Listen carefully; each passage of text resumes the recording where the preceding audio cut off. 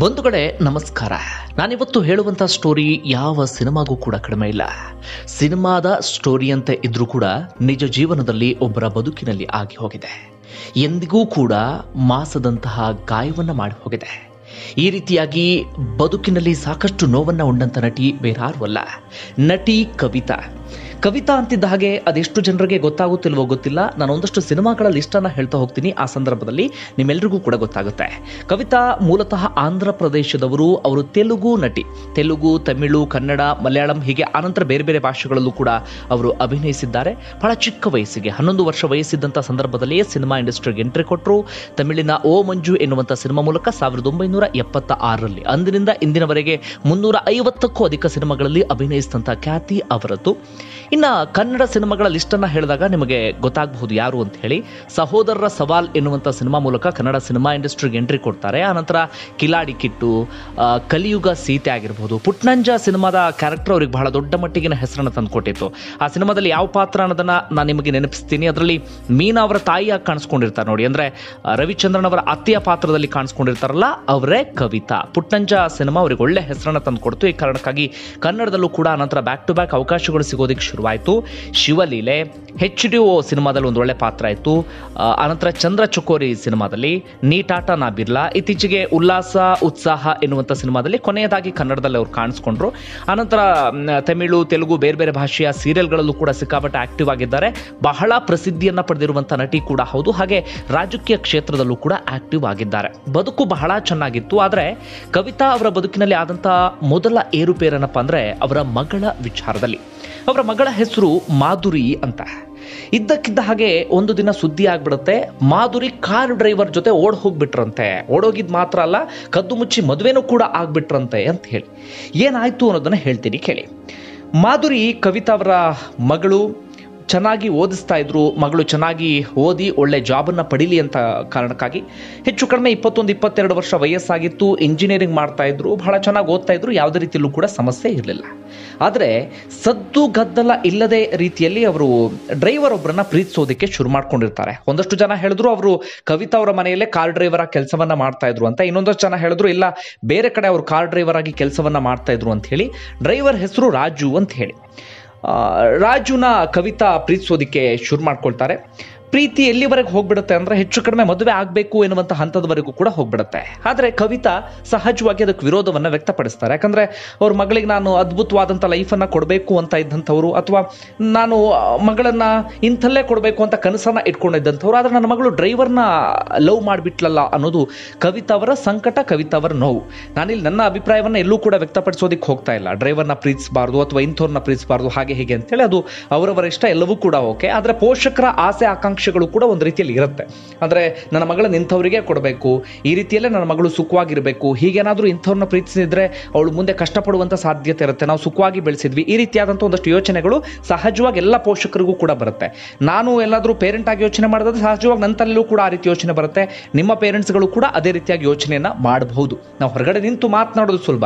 ಪ್ರೀತಿ ಗಡ್ಡಿಪಡಿಸ್ಬಿಟ್ರು, driver ಜೊತೆ ಓಡೋದ್ರು ಅಂತೇಳಿ, ಆತ ಬಡವ ಅಂತ ಹೇಳಿ ವಿರೋಧ ವ್ಯಕ್ತಪಡಿಸಿದ್ರು, ಹಾಗೆಲ್ಲ ನಾವು ಹೇಳಬಹುದು. ಬಟ್ ಪೋಷಕರಾದಾಗ ಒಂದು ಸಹಜವಾದಂಥ ಯೋಚನೆ ಇರುತ್ತೆ. ಅದೇ ರೀತಿಯಾಗಿ ಕವಿತಾ ಅವರು ಕೂಡ ಯೋಚನೆಯನ್ನ ಮಾಡ್ತಾರೆ. ಮಗಳ ಈ ಮದುವೆಗೆ ತೀವ್ರವಾದಂಥ ವಿರೋಧವನ್ನ ಕವಿತಾ ಅವರು ವ್ಯಕ್ತಪಡಿಸ್ತಾರೆ. ಆದರೆ ಮಗಳು ಕೇಳುವ ಹಂತದಲ್ಲಿ ಇರಲಿಲ್ಲ. ಇದ್ದಕ್ಕಿದ್ದ ಹಾಗೆ ಒಂದು ದಿನ ಡ್ರೈವರ್ ಆಗಿರುವಂಥ ರಾಜು ಜೊತೆಗೆ ಓಡ್ ಹೋಗ್ಬಿಡ್ತಾರೆ.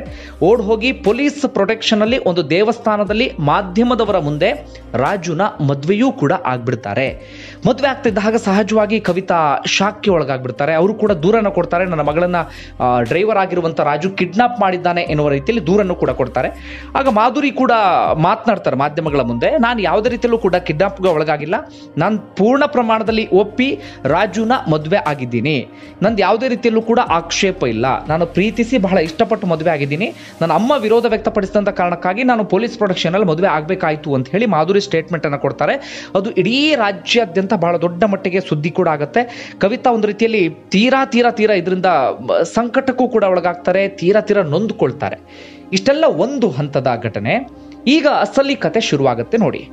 ಆ ರಾಜುವಿನ ಬಂಡವಾಳ ಆ ನಂತರ ಬಯಲಾಗೋದಕ್ಕೆ ಶುರುವಾಗುತ್ತೆ. ಆರಂಭದಲ್ಲಿ ಮಾಧುರಿ ಅಂದ್ಕೊಂಡಿದ್ರು ಈ ರಾಜು ಬಹಳ ಒಳ್ಳೆ ಹುಡುಗ, ಬಹಳ ಒಳ್ಳೆ ವ್ಯಕ್ತಿ, ಈ ಕಾರಣಕ್ಕಾಗಿ ನಾನು ಆತನ ಮದುವೆ ಆಗ್ತಿದ್ದೀನಿ ಅಂತ ಹೇಳಿ. ಆದರೆ ರಾಜು ಮಾಧುರಿನ ಯಾವ ರೀತಿಯಾಗಿ ತನ್ನ ಬಲೆಗೆ ಬೀಳ್ಸ್ಕೊಂಡಿದ್ದ, ಯಾವ ರೀತಿಯಾಗಿ ಬುಟ್ಟಿಗೆ ಬೀಳ್ಸ್ಕೊಂಡಿದ್ದ ಆ ನಂತರ ಗೊತ್ತಾಗುತ್ತೆ. ಕಾರಣ ಏನಪ್ಪಾ ಅಂದ್ರೆ ಮಾಧುರಿಯವರನ್ನ ಪ್ರೀತಿಸಿ ಮದುವೆ ಆಗೋಕು ಮುನ್ನ ರಾಜುಗೆ 2 ಮದುವೆ ಆಗಿರುತ್ತೆ. ಯಾವಾಗ ಮಾಧುರಿ ತಾಯಿ ಕವಿತಾ ಕಿಡ್ನಾಪ್ ಆಗಿದೆ ಅಂತ ಹೇಳಿ ದೂರನ್ನ ಕೊಡ್ತಾರೆ, ಆಗ ಪೊಲೀಸರು ವಿಚಾರಿಸಿದಂತ ಸಂದರ್ಭದಲ್ಲಿ ಎಲ್ಲ ವಿಚಾರಗಳು ಕೂಡ ಗೊತ್ತಾಗುತ್ತೆ. ಮೊದಲ ಮದುವೆ ಆಗಿರ್ತಾನೆ ರಾಜು, ಹೆಂಡತಿಗೆ ವಿಪರೀತವಾದಂತ ಹಿಂಸೆಯನ್ನ ಕೊಡ್ತಾ ಇರ್ತಾನೆ. ಆಕೆ ಬಳಿ ಇರುವಂತ ಒಂದಷ್ಟು ಹಣ, ಒಡವೆ ಅದೆಲ್ಲವನ್ನು ಕೂಡ ಕಿತ್ಕೊಂಡಿರ್ತಾನೆ. ಅಂತಿಮವಾಗಿ ಆಕೆಗೆ ಆತ ಡಿವೋರ್ಸ್ ಕೊಟ್ಟಿರ್ತಾನೆ. ಡಿವೋರ್ಸ್ ಕೊಟ್ಟು ಒಂದಷ್ಟು ದಿನ ಆದ್ಮೇಲೆ ಇನ್ನೊಂದು ಹುಡುಗಿನ ಅದೇ ರೀತಿಯಾಗಿ ಪಟಾಯಿಸ್ಕೊಂಡಿರ್ತಾನೆ ರಾಜು. ಆಕೆಯನ್ನು ಕೂಡ ಮದುವೆ ಆಗಿರ್ತಾನೆ. ಮದುವೆಯಾಗಿ ಆಕೆ 8 ತಿಂಗಳ ಗರ್ಭಿಣಿ ಇರುವಂತ ಸಂದರ್ಭದಲ್ಲಿ ಆತ ಕವಿತಾ ಅವರ ಮಗಳನ್ನು ಕೂಡ ಪಟಾಯಿಸಿ, ಒಳ್ಳೆ ಶ್ರೀಮಂತರ ಮಗಳು ಎನ್ನುವ ಕಾರಣಕ್ಕಾಗಿ ಪಟಾಯಿಸಿ ಆಕೆಯನ್ನು ಕೂಡ ಮದುವೆ ಆಗಿರ್ತಾನೆ. ರಾಜು ಇಷ್ಟರ ಮಟ್ಟಿಗೆ ಫ್ರಾಡು, ಇಷ್ಟರ ಮಟ್ಟಿಗೆ ಮೋಸಗಾರ ಅನ್ನೋದು ಆಮೇಲೆ ಎಲ್ಲವೂ ಕೂಡ ಕವಿತಾ ಅವರಿಗೂ ಕೂಡ ಗೊತ್ತಾಗುತ್ತೆ. ಮತ್ತೊಂದು ಕಡೆಯಿಂದ ಮಗಳು ಮಾಧುರಿಗೂ ಕೂಡ ಗೊತ್ತಾಗುತ್ತೆ. ಆನಂತರ ಕವಿತಾ ಅವರು ಮಾಧುರಿನ ವಾಪಸ್ ಕರ್ಕೊಂಡು ಬರ್ತಾರೆ. ವಾಪಸ್ ಕರ್ಕೊಂಡು ಬಂದೊಂದು ಪ್ರೆಸ್ ಮೀಟ್ ಅನ್ನು ಕೂಡ ಮಾಡ್ತಾರೆ. ಆನಂತರ ಮಾಧುರಿ ಉಲ್ಟಾ ಹೊಡಿತಾರೆ. ಆಕ್ಚುಲಿ ಮಾಧುರಿ ಅವ್ರನ್ನ ಪ್ರೀತಿಸಿಯೇ ಗೊತ್ತಾಗ್ದಿತಿ ಆತನ ಜೊತೆ ಓಡ್ ಹೋಗಿದ್ರು. ಆದರೆ ಆನಂತರ ಮಾಧ್ಯಮಗಳ ಮುಂದೆ ಕವಿತಾ ಹೇಳ್ತಾರೆ, ಇಲ್ಲ ಆತ ನನ್ನನ್ನು ಭಯಪಡಿಸ್ಬಿಟ್ಟ, ನನಗೆ ಬ್ಲ್ಯಾಕ್ ಮೇಲ್ ಮಾಡಿಬಿಟ್ಟ, ನನಗೆ ಹೆದರಿಸ್ಬಿಟ್ಟ, ನನ್ನನ್ನು ಮದುವೆ ಆಗಿಲ್ಲ ಅಂತಾದರೆ ನೀನು ಇಡೀ ಫ್ಯಾಮಿಲಿ ನಾಶ ಮಾಡ್ತೀನಿ ಅಂತೇಳಿ ನನಗೆ ಹೆದರಿಸ್ಬಿಟ್ಟ. ಈ ಕಾರಣಕ್ಕಾಗಿ ನಾನು ಆತನ ಮದುವೆ ಆಗಬೇಕಾದಂಥ ಪ್ರಸಂಗ ಬಂತು, ನಾನು ತಪ್ಪು ಮಾಡಿದ್ದೀನಿ, ನಾನು ಪಾಠ ಕಲಿತೀನಿ ಎನ್ನುವಂಥ ಮಾತನ್ನ ಮಾಧುರಿ ಹೇಳ್ತಾರೆ. ಮತ್ತೊಂದು ಕಡೆಯಿಂದ ಅವತ್ತಿನ ಪ್ರೆಸ್ ಮೀಟ್ನಲ್ಲಿ ಕವಿತಾ ಕೂಡ ಕಣ್ಣೀರನ್ನು ಹಾಕ್ತಾರೆ. ಸೆಲೆಬ್ರಿಟಿ ಆಗಿದ್ದೆ ನಮಗೆ ಶಾಪ ಆಯ್ತೇನೋ, ಅಥವಾ ನಾನು ಈ ರೀತಿಯಾಗಿ ಜನಪ್ರಿಯ ನಟಿ ಆಗಿರದ್ದೇ ನನಗೆ ಒಂದು ರೀತಿಯಲ್ಲಿ ಶಾಪ ಆಯ್ತೇನೋ, ಎಲ್ಲ ಕಡೆಗಳಲ್ಲೂ ಕೂಡ ಸುದ್ದಿ ಆಗಿಬಿಡ್ತು. ನಾನು ನಟಿ ಆಗಿರ್ಬೋದು, ಏನೇ ಆಗಿರ್ಬೋದು, ಆಸ್ ಎ ಪೇರೆಂಟ್ ಆಗಿ, ಆಸ್ ಎ ಮದರ್ ಆಗಿ ನನಗೆ ಈ ಸಂಕಟ, ನನಗೆ ಈ ನೋವಿನಿಂದ ಹೊರಗಡೆ ಬರೋದಕ್ಕೆ ಸಾಧ್ಯ ಆಗ್ತಿಲ್ಲ ಅಂತ ಹೇಳಿ ಕವಿತಾ ಅವತ್ತು ಕಣ್ಣೀರನ್ನು ಹಾಕ್ತಾರೆ.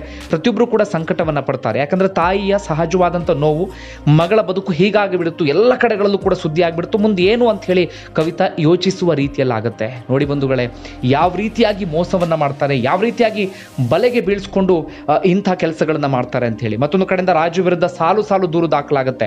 2ನೇ ಹೆಂಡತಿಯೂ ಕೂಡ ರಾಜು ವಿರುದ್ಧ ದೂರನ್ನ ಕೊಡ್ತಾರೆ, ನನಗೆ ಮೋಸ ಮಾಡ್ತಿದ್ದಾರೆ ಹಾಗೆ ಹೀಗೆ ಅಂತ ಹೇಳಿ. ಆನಂತರ ರಾಜುನ ಅರೆಸ್ಟ್ ಕೂಡ ಮಾಡಲಾಗುತ್ತೆ. ಈ ರೀತಿಯಾದಂಥ ಬೆಳವಣಿಗೆಗಳೆಲ್ಲವೂ ಕೂಡ ಆಗುತ್ತೆ. ಇದು ಕವಿತಾ ಅವರ ಬದುಕಿನಲ್ಲಿ ಮೊದಲ ಪೆಟ್ಟಾದರೆ ಅನಂತರವೂ ಕೂಡ ಕವಿತಾ ಅವರಿಗೆ ಪದೇ ಪೆಟ್ಟುಗಳು ಬೀಳೋದಕ್ಕೆ ಶುರುವಾಗುತ್ತೆ.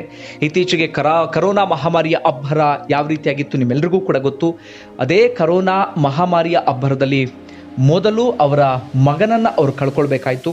ಬಹಳ ವಯಸ್ಸೇನು ಆಗಿರಲಿಲ್ಲ, ಒಂದು ಅವರೇಜ್ ಆಗಿರುವಂಥ ವಯಸ್ಸಿನಲ್ಲೇ ಅವರ ಮಗ ಸಂಜಯ್ ಅಂತ ಹೇಳಿ ಅವರು ತೀರಾ ಗಂಭೀರ ಅನ್ನುವಂಥ ಪರಿಸ್ಥಿತಿಯಲ್ಲಿದ್ದರು. ಒಂದು ಸ್ವಲ್ಪ ದಿನಗಳಾದಮೇಲೆ ಅವ್ರನ್ನೂ ಕೂಡ ಕಳ್ಕೊಳ್ಬೇಕಾಯ್ತು.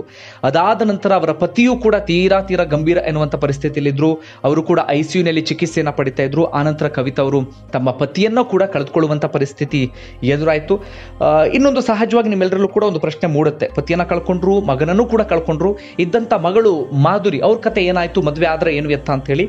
ಆನಂತರ ಕವಿತಾ ಅವರು ಮಾಧುರಿಯ ವಿಚಾರವನ್ನ ಎಲ್ಲೂ ಕೂಡ ರಿವೀಲ್ ಮಾಡಲಿಲ್ಲ. ಯಾಕಂದ್ರೆ ಮೊದಲೇ ಅವರು ಸಂಕಟವನ್ನ ಅನುಭವಿಸಿದ್ರು, ತೀರಾದಂತ ನೊಂದ್ಕೊಂಡಿದ್ರು.